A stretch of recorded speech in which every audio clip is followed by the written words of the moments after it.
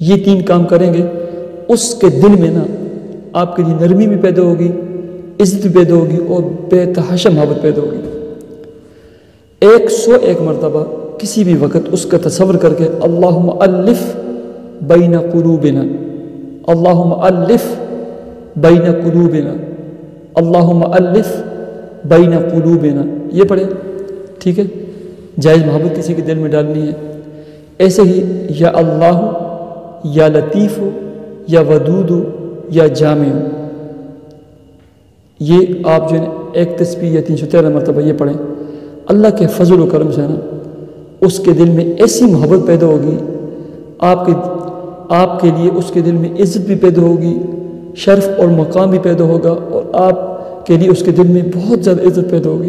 یہ کام کریں، اور ایسے ہی نماز پڑھ کر نا اس کے لیے دعا کیا کریں، اس کے لیے نوافل پڑھ کر اس کو احسان ثواب کیا کریں، تو اللہ تبارک و تعالیٰ کے فضل و